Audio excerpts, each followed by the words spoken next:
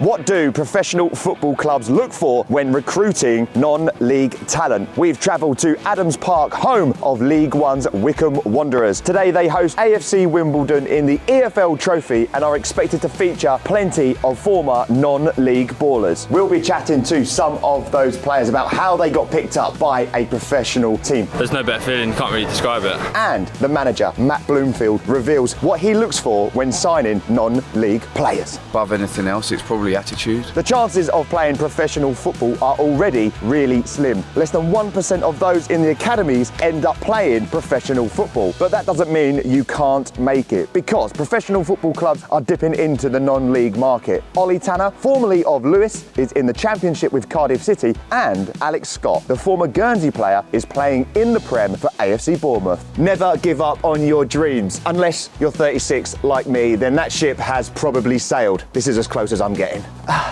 Cracking view though. So before we meet the players ahead of this lunchtime kickoff, let's get around the ground in 60 seconds. Welcome to Adams Park. Capacity 10,000. Here's the players' entrance, which leads to the reception, and then it's down the tunnel. Quick reminder of the playoff win at Wembley in 2020, then it's straight to the rest room. We've got the Sky Bet substitution board and a couple of power showers. Here's the players' walkout onto the pitch. This is the North Stand, East Stand, West Terrace and South Stand. VIP guests only, very fancy. Boardroom looks like this, very swanky indeed. On the menu is a breakfast brunch. Next door is Monty's Bar. He's a club legend, over half a century with the Blues. Fans can book some pre-match grub beforehand and scrub up on their Wycombe Wanderers history knowledge. The media room is packed with teas and coffees, plus some special food. Back down the tunnel, don't break the rules. The first team boots have arrived, as have some of the matchday squad.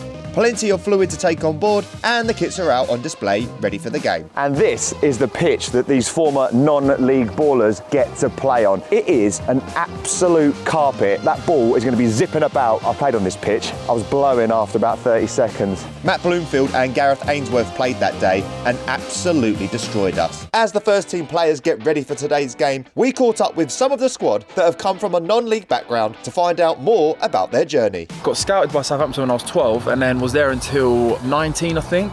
And then that's when reality kicks in. I dropped all the way down to Mansfield in the conference. Completely different. It was a big shock. And I think it is for a lot of people who come through big clubs. Dressing rooms like old and battered. There's only a manager and a coach. We had a physio just come out of uni. You know, it teaches you a lot, really helps you develop that character that you need for football in the future. What was your experience like in non-league? Amazing. I mean, I grew so much in my career because of Eastbourne. You know, playing different situations, different pitches. I loved it, to be fair. What did you make of the pitches? Sometimes you have to play natural, 3G, grass, artificial grass. You know, you have to adapt to different situations, so that makes you grow so much. So I was at Tamworth Angels. Was there for quite a while from my youth. Had a few senior games and then went on trial at a few clubs. Came to Wycombe. Great setup. Felt like family as soon as I got in, really. And then, got offered my first professional contract. What was that feeling like? Probably one of the best days of my life, to be fair. There's no better feeling. Can't really describe it. So you came from non-league at Worthing. How much of that experience has helped you? Playing men's football as early as I did is what sort of helped me, and then coming into a football league club, obviously it's taken a bit of time for me to get to sort of now and getting a run of games, but it's just that being involved in a senior change room, not just on the pitch but off the pitch as well. You learn so much. If you'd have told me 3 years ago I'd be here now, I'd have probably disagreed with you, but definitely everything's helped to sort of put me in good stead to where I am now. These lads will be representing the Chairboys today. The crest on their chest features a swan, which plays a significant role in the history of Buckinghamshire.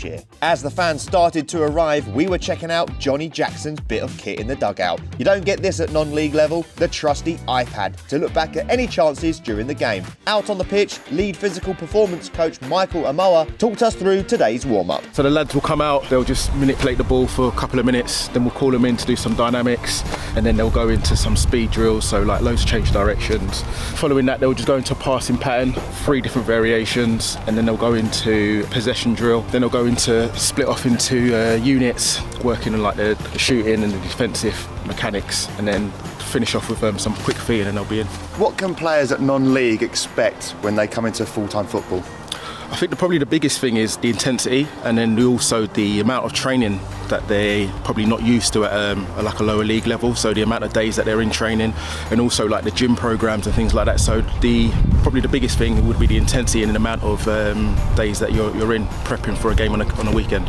Making his debut today is Lyle Taylor. The former AFC Wimbledon, Charlton and Nottingham Forest striker began the early part of his career in non-league before climbing up the football pyramid. Back in the media suite, we were tucking into the incredible Wycombe Wanderers pies. They were that good, Scott took one to have on the go. Once we'd eaten all the pies, we caught up with the gaffer, Matt Bloomfield, to find out what he looks for when signing non-league talent. Well, obviously quality has to be the first thing, but above anything else, it's probably attitude. The age range needs to be within an age where we feel like they've got a lot more development. I mean, there's a lot more to come from them, but also they've got a standing within the game that they've gone and played games already. I think if you see young lads breaking through at a young age and they're already playing men's football, it gives them a real good step up, and we hope to give them the next stage to play. How often do your scouts go out and watch players at that level? Regularly. We're out all the time. We've got people out all the time. I think it's really important for a club of our size to be able to dip into non-league to find the best talents about. We obviously don't have the money to go and purchase top players in this division, so we have to try and recruit from within and find free transfers. So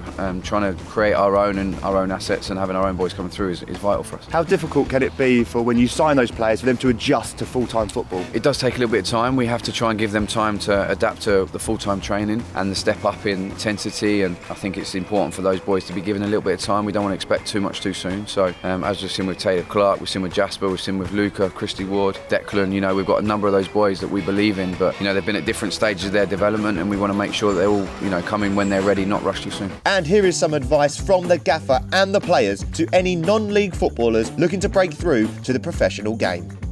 Every night you get home, you look at yourself in the mirror, just make sure that you can honestly look at yourself and say, yeah, I've worked harder than everyone else in my team. If you start with that, you put yourself in good stead. Playing as many games as you can and getting those under your belt and building a CV, and sort of by the time you're 18, 19 and played 50, 60, 70 games, it looks great and puts you in good stead for sort of going up and up and up the pyramid. Patience and work hard, I think if you work hard, luck will come your way. So yeah, keep at it, don't give up. Just keep going and keep dreaming, keep working hard. Nothing is impossible in football, so just keep going. Just to be as all in as you can be, live your life properly, make sure you're performing to a consistent level, build a life outside of football because there's no guarantees in this game, so make sure you've got something to fall back on, and I think it's really important that we all have that balance in our lives. Stick around after the game because we get some more advice from former Republic of Ireland international Richard Keogh. As for the match itself, the first half was a close game, with Taylor Clark making his first start for the club, but the heroics went to Franco, who saved the penalty just before half-time to keep it level at the break. A pre-planned half-time substitution was made as Gareth McCleary came on, another player who has had a spell in non-league with Slough and Bromley, before making his way into the Football League. He's also represented Jamaica at international level, and he's got a few tricks up his sleeve too. What a save, Franco. Thank you. Surprisingly, competitive considering that we're both qualified. Yeah. How are you finding it? It's alright, mate, yeah. The Chairboys pushed for the opening goal. Luca Woodhouse came on to make his Wycombe Wanderers debut, and then Kieran Sadlier opened the scoring, followed by Franco pulling off another excellent save to give Wycombe the victory. We're not done there though. We couldn't pass up on the opportunity to speak to former Republic of Ireland international Richard Keogh. Richard, a lot of players in the squad today have come from non-league. What kind of lessons can you pass on to them? Really good question, to be fair, especially here at Wycombe. I know that obviously they're a big advocate of that. We do it a little bit different here with we've got sort of a development team, so you see a lot of sort of non-league players coming into the building, one to get experience to train with us and obviously try and earn a contract essentially. I think what you do is try and help them really, because obviously when you're coming from sort of probably part-time to more full-time, one, the intensity of the training, one, everything, and you just try and show them the level a little bit really and what training takes, and you try and pass on what you know and what you feel. But the lads here have been excellent. I saw during the game you having a chat with the gaffer on the sidelines, a few tactical things going on. Yeah. Is that what's next for you? Yeah, listen, Tomo, the assistant, couldn't be with us today. Highly skilled coach with the manager, and me and the gaffer just spoke. He said, why don't you just come and help me out? I'd love to be involved. I'm very lucky that the manager, has given me that opportunity to sort of dip my toe in that side of it. So yeah, it's something that I'm really passionate about, but I still love playing, I still love getting out there, I still love training, and like I say, passing on my experience that side. But every chance I get, I'm trying to watch, I'm trying to learn, I'm trying to soak it in. And finally, what would be your advice to anyone who's currently in non-league looking to make that step up to the Football League? I think belief. I think that's a massive part of it. The biggest thing for me, I would say, if I looked at my career a little bit. Like I got released twice essentially, and then I think the world's come to an end. But ultimately, like you got to, bet on yourself. But it comes through working hard and keeping level-headed in the sense of like believing that. I felt like the harder I worked, the luckier I got essentially. But I was always ready for the opportunity when it comes, because it could come when you least expect it. And if you're sulking or if you're not doing these things, then that chance it could slip. So I'd say like just stay dialed in, stay good habits, and like I say, when that opportunity comes, just enjoy it and just give it everything.